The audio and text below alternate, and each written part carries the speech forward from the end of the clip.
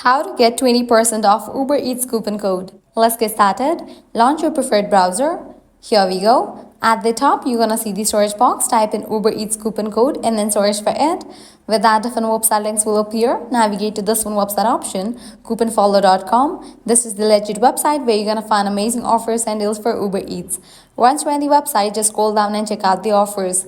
$20 off, 15% off, $30 off, and many more. Head towards the offer that you want to grab. Just go ahead and click on it. With that, you're going to get the code for it.